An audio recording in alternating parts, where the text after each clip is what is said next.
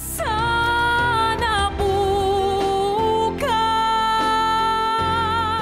may babalik. Huwag ka nang kumontra. Paplanuhin natin ang pagligpit kay Derek. Bakit? Nag-aalala lang ako kay Juno.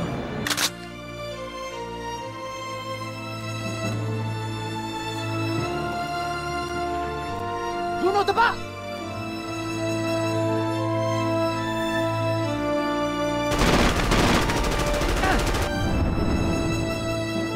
Ano?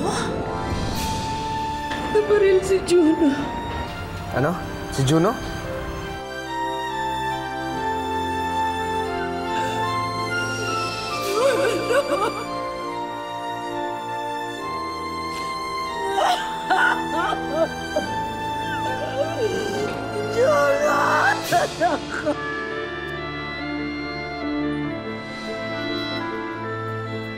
Juno, bakit mo pinabayaan mangyari to sa kanya?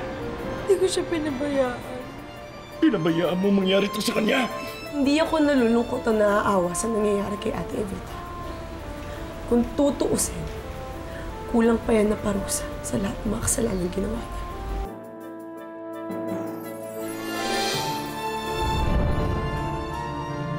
My condolences.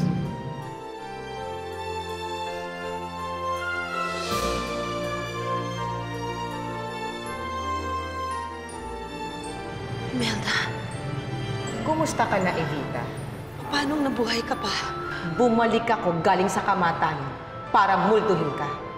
Babawiin ko ang lahat ng kinuha mo sa akin. Nagustuhan mo bang paunang regalo ko sa'yo? Ikaw ang pumatay kay Juno?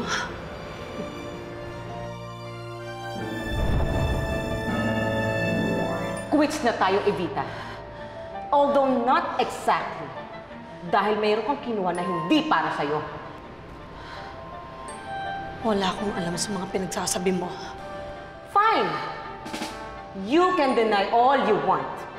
Pero babawiin ko pa rin kung ano ang akin.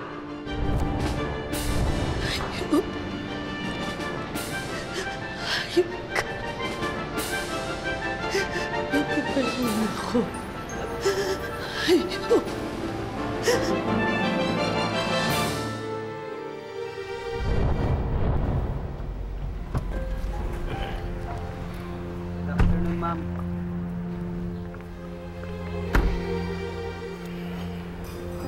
Dumating na ang oras na paghihigan ko kay Evita.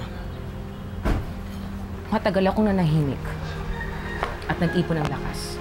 At ngayon, oras na para kumilos at bawiin kung ano ang akin. Sabihin niyo lang kung anong gusto niyang gawin namin. Ate Verna, pwede ba kitang makausap? Maupo muna tayo. Matagal na ako nandito. Naiinip na ako. Kailan ba talaga tayo maghihiganti kay Ate Evita? Alam mo, parang nabasa mong utak ko. Now na. That time has come para simulan na natin ang paghihiganti kay Evita. So, anong plano mo? Well, iniisip ko kung ano ang pinakamasakit na ganti para sa isang magulang. Ang mawalan ng anak? Exactly! At timing na timing. Dahil siguradong nalulungkot ngayon si Evita sa pagkawala ni Juno.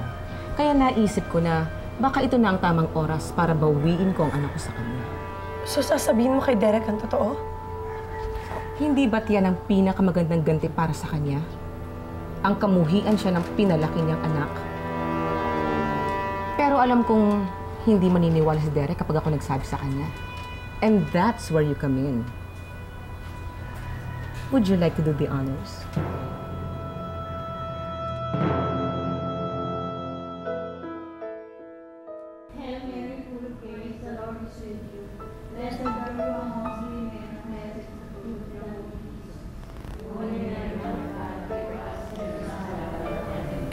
Nasaan si Derek? Kumuha po yata ng pagkain para sa palasal. Kanina ko pa hinahanap yung batang yun eh. Oh, saan ka man ang galing? Ay, sige, sumama na muna po tayo doon para makakain. Maraming salamat po sa inyong lahat. Salamat po. Maraming salamat. Bakit naman ikaw pang kumuha ng pagkain? Pwede mo namang iniutos yun, di ba? Di ba sinabi ko sa'yo, huwag ka na muna maglalabas? Ma, may kasama akong mga bodyguards. At nandito na ako, di ba? Derek, please. Huwag mo nang uulitin yon. Huwag kang lalabas kung hindi naman kinakailangan. Ma, hindi sa akin mangyari yung nangyari kay Juno, Mabuti okay? nang nakakasiguro. Django, mabuti dumating ka na. Kailangan kitang makausap. Alam ko na kung sino pumatay kay Juno. Sino? Ang pumatay kay Juno. Kumusta ka na, Ate Evita? Julie? Julie, nagbalik ka. Huwag na akong mayakap-yakap. Ano bang problema mo, Julie? Bakit? At bakit kasama mo to?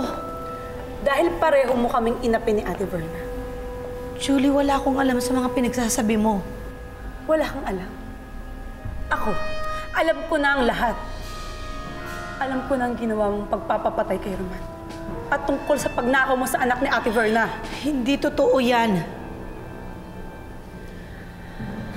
Derek, may kailangan ka malaman. Derek, go upstairs, anak. Sandali Don't lang, Ma. involve yourself. Sandali lang! Ano yung kailangan kong malaman? Hindi si Ate Evita ang tunay mong ina. Hindi! Si Verna ang tunay mong ina.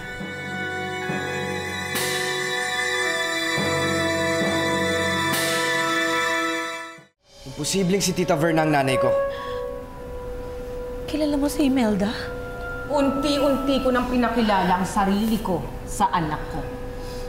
Derek, huwag kang makikinig sa babae niya. Huwag kang maniniwala sa mga sasabihin niya. Ate Evita, bakit hindi mo pa sabihin lahat? Pwede ba, Julie, nakikiusap ako sa'yo? Hindi totoo ang mga sinasabi mo. Bawiin mo lahat ng sinabi mo.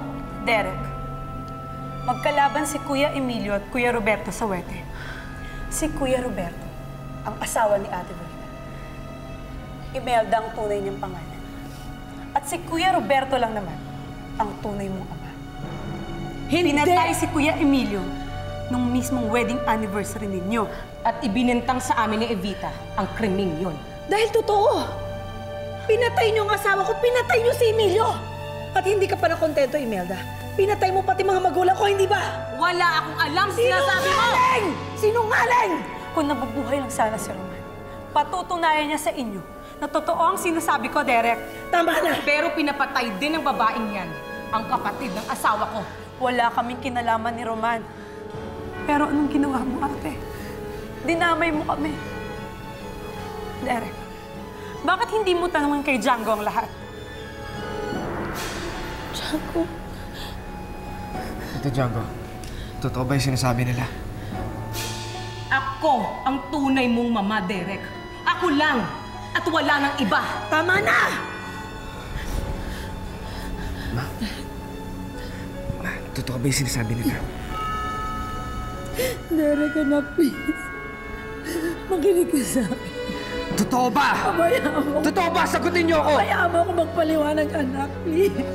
Bakit niyo ba ako niloloko? Hindi kita niloloko, Derek. Please, just give me a chance to explain.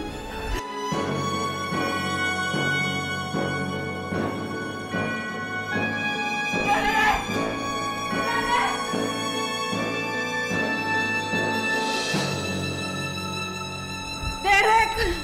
Derek! Derek! Derek! Derek! Derek!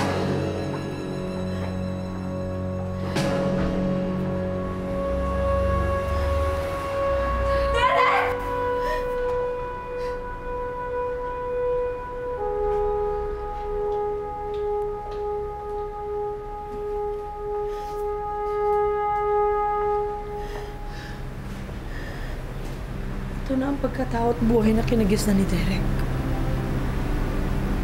I gave your son a good life. Pagkatapos sa isang iglap lang, sisirahan mong lahat. Papawiin mo. Sasaktan mo siya. How can you do this to your own son? Ikaw na rin ang nagsabi, Evita. He is my child. Kaya karapatan ko sabihin sa kanya ang tunay niyang pagkatao. Ako na ang inang kinagis na ni Derek. At anong gusto mong gawin ko? Pabayaan ko na lang sa iyong anak ko? Ninako mo na nga siya sa akin. Inangkin mo pa? Anong akala mo kay Derek? Teritoryo sa wedding? Na basta na lang kinakamkam? Tama na. Minahal ko si Derek. Minahal ko anak mo na parang tunay kong anak. Minahal mo siya para linisin ang konsensya mo! Ipinaghiganti ko lamang ang pagpatay mo sa asawa ko. Pati na rin sa mga magulang ko. Pero hindi ako katulad mo, Imelda. Na kaya mong mandamay ng anak ng iba. Hindi ako katulad mo na kaya mong pumatay ng anak ng iba.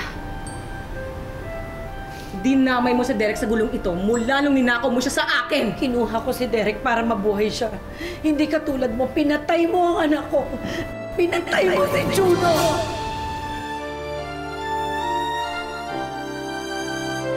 Ikaw ang pumatay sa anak ko? Of course not! Gumagawa lang ng kwentong babaeng yan para balikan mo siya at tulungang ilayo sa akin si Derek. Hindi totoo yan. Alam mo, hindi totoo yan.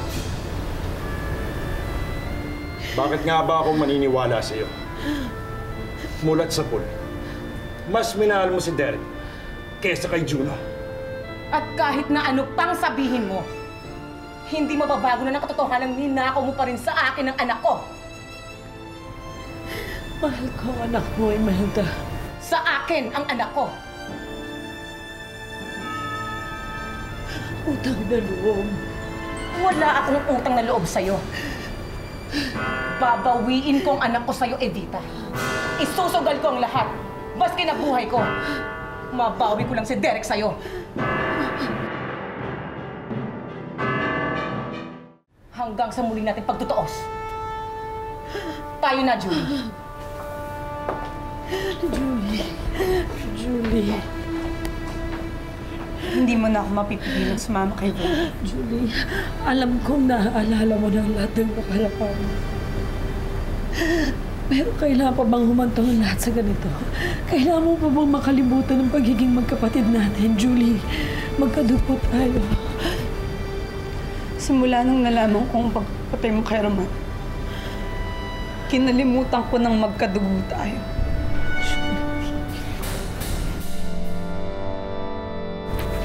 Julie! Julie! May utang ka pang babayaran sa akin. Dapat lang na pinutulang kita. Dahil kulang pa yan sa lahat mga kasalanan mo sa akin. Totoo kayo! Sige. Patayin mo. Nang basagin nila ang ulo mo.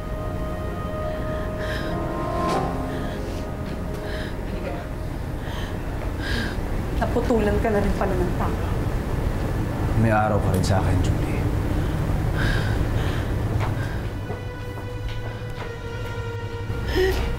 Paano na mangyayari sa atin?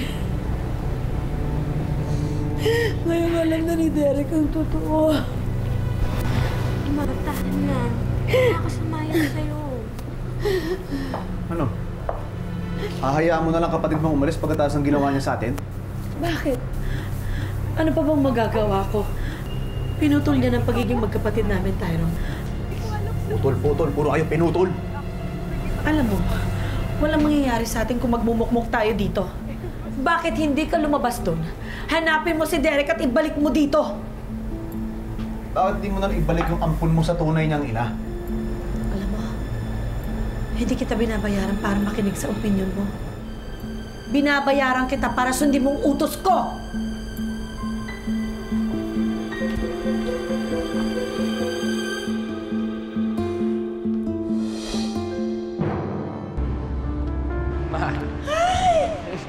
So glad you're... I missed you talaga. Salve ay si Emma. Yung nawawala akong anak. Si Salve si Emma. Si Salve ang kapatid ko. Bakit hinayaan niyo mahulog ang loob ko sa kanya? Bakit hinayaan niyo ako mahalin siya? Bakit kasi siya naging kapatid ko eh? Bakit ngayon pa ko kailang mahal ko na siya? Ipilitin ko magpagaling para sa inyo ng mga kapatid mo. I love you, Ma. I love you too, Derek. I love you too, Derek. Kasama ni Lawrence, Magkasundo na sila. okay lang ba yun para sa'yo? Wala naman akong karapatan para magselos, di ba? Tama na itong ganito para makalimutan ko yung nararamdaman ko para kay Salve.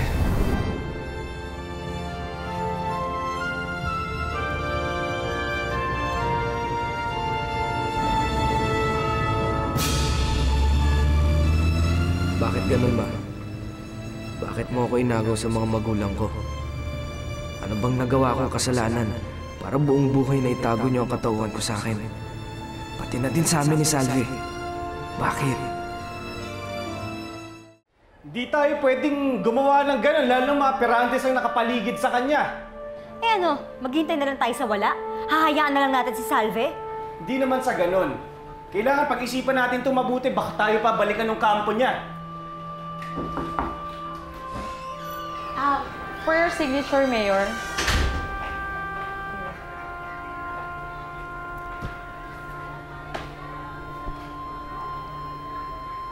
For signature. Eh, hindi ko pa nga na-approve yan, signature na agad. Oh. Kwan po kasi, ano po. Ano? I had a meeting with the city engineer. Ako ang nag-approve ng proposal para i-renovate ang public market. That's the reason why I had a draft made. Pirmahan mo na lang. Iwan mo na lang muna yung mga papeles. Thank you.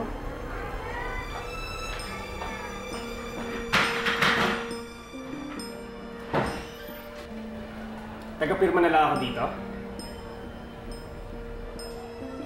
Magpakalalaki ka muna. Iligpit mo si Salve bago ka mag-ambisyon na magkaroon uli ng kapangyarihan sa bayang ito.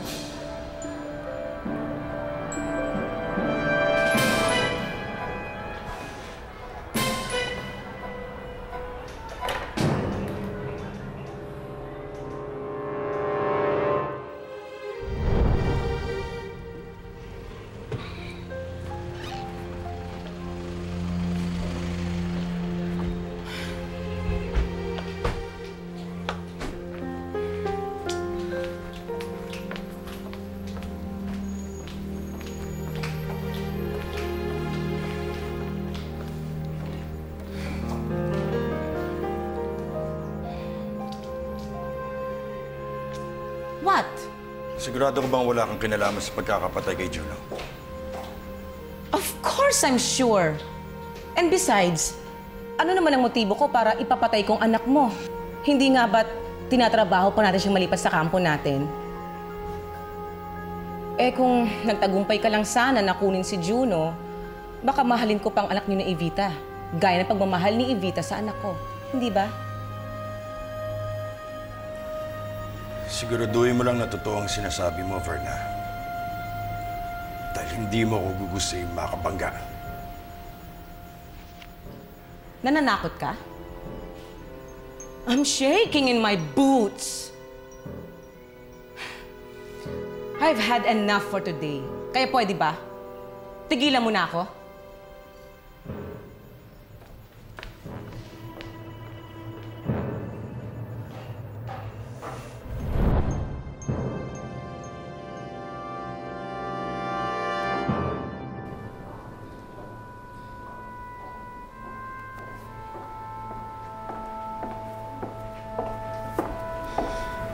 Mama? May kailangan ka? Kung kailangan niyo ng kausap, nandito lang po ako.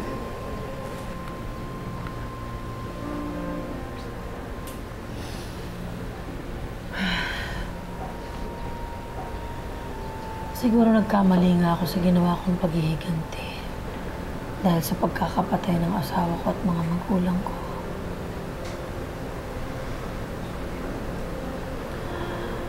Pero alam ng lahat At alam ng Diyos, higit sa lahat, na itinama ko ang mali yun sa pamamagitan ni Derek.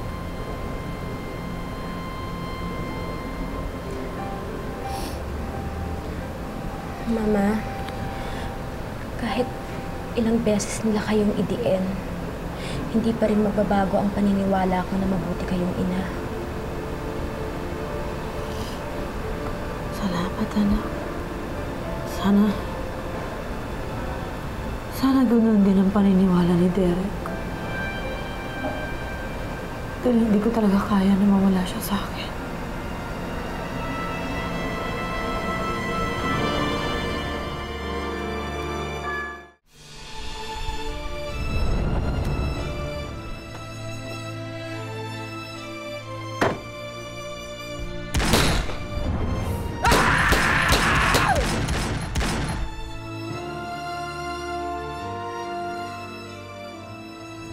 Derek, may kailangan ka malaman. Hindi si Ate Evita ang tunay mong ina. Hindi!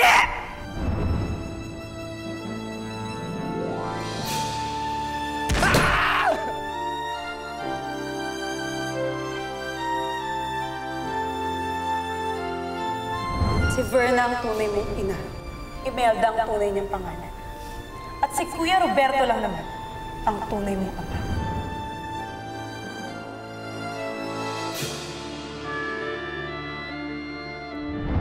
Ako ang tunay mong mama, Derek. Ako lang at wala nang iba.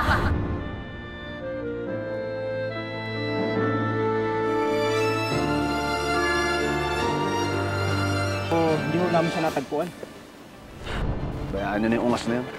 Sana nga hindi na bumalik ang Derek na yan eh. Para sa akin, ibigay ni Evita ang lahat ng operasyon. Ibig sabihin, hindi tunay na anak ni Ma'am Evita si Sir Derek? Ako, Salve! Ibig sabihin po, hindi na kayo ulit magmahalan. Maiiwan ko na kayo. Hindi ito ang lugar para sa akin. Derek! Derek, please! Derek!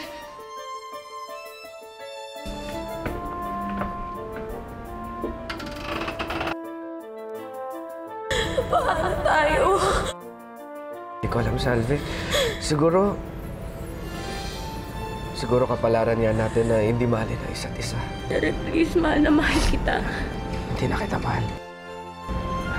Narinig mo yung sinabi ko, di ba? Kailangan ko bang ulit-ulitin pa? Sinabi ko hindi kita mahal, di ba? Derek! Malapit nang umuwi ang anak ko sa akin.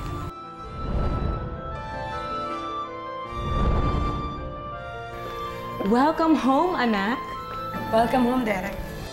Ang hilig kasi niyang makialam sa gulo ng may gulo. Ayun pala, meron siya sa sariling bahong tinatago. At ano naman ang nakakatawa? Hindi ba nakikita, Via?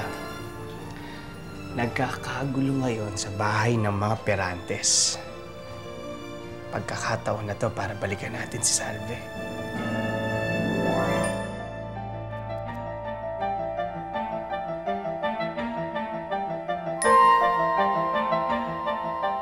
Kung sana bukas may babalik ko lang ang dati nating pag-ibig, ang init ng pananabik. Di sana ganito nang hihinayang sa'yo.